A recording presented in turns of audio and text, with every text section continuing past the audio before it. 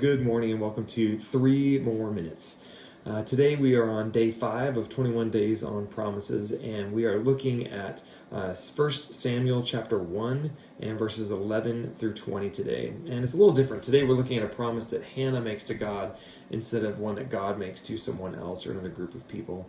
And a quick backstory on Hannah before we get into this. Hannah's married to a man named Elkanah, and Elkanah has 2 wives, Peninnah and Hannah. Peninnah has children, and Hannah does not. And Peninnah kind of really throws this in Hannah's face and kind of makes fun of her whenever she can. And part of this might be because Hannah is obviously Elkanah's favorite, and he definitely treats her better.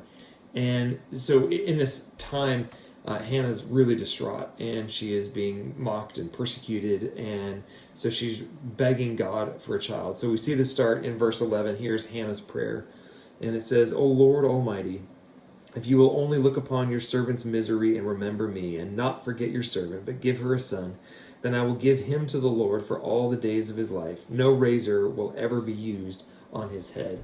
What this basically means is she's dedicating him as a Nazirite. A Nazirite means to separate, that they are dedicated to God. No, they would never get a haircut. They have to abstain from alcohol. A very famous Nazirite is Samson in the Bible that we have.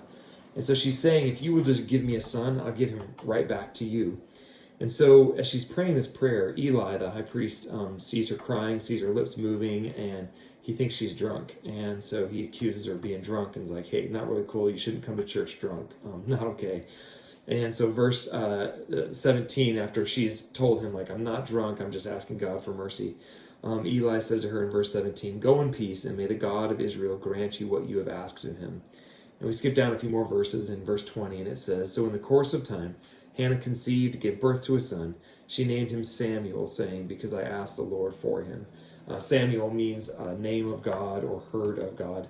That last part of the name is from Elohim, one of God's names. So I ask you this. Have you ever asked God for something? Have you ever begged him to help you in a situation? If you will just give me this, then I will. Maybe it's a rank thing. If you help me make this rank, I will give you my pay raise for 6 months. And then you make that rank and you're like, well, maybe a portion of my pay raise, not quite all of it, right? If we were given that same gift, if we were asking God for a child and he gives us that child, would we follow through on that promise and give it back to him? Or whatever we were praying for, would we be able to give that back to God? My question for me today is, am I able to do that? Am I able to ask God for something, and then when I am given that gift, whatever it might be, that I am then able to turn right around and give that back to God, to basically return to him the blessing that he blessed me with?